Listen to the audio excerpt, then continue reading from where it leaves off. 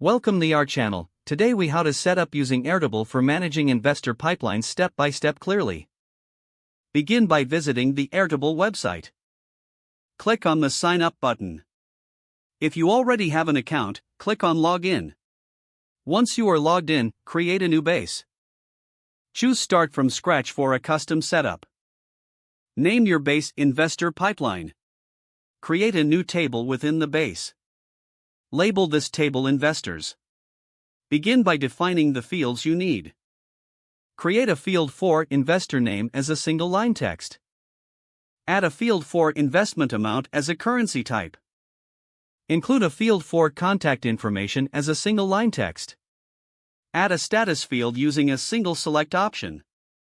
Define the options in the status field as prospective, in discussion, and closed.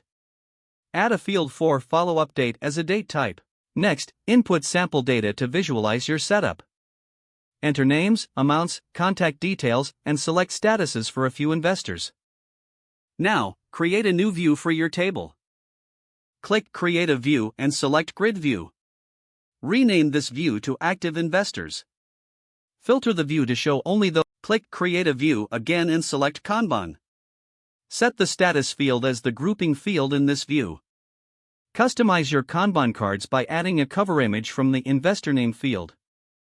Optionally, you can link to other tables for added depth. Create a new table named Meetings.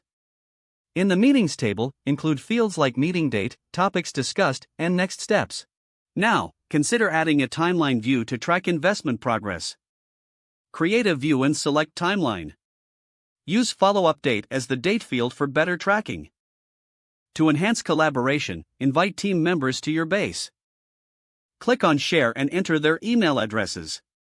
Adjust permissions according to each member's role. Finally, regularly update your records to keep your pipeline current. Utilize Airtable's automation features for reminders and notifications. With these steps, you're now set up to effectively manage your investor pipeline using Airtable. If the page does not load, refresh the browser or try again in a private or incognito window. Don't forget to like this video and subscribe to our channel for more step-by-step tech guides.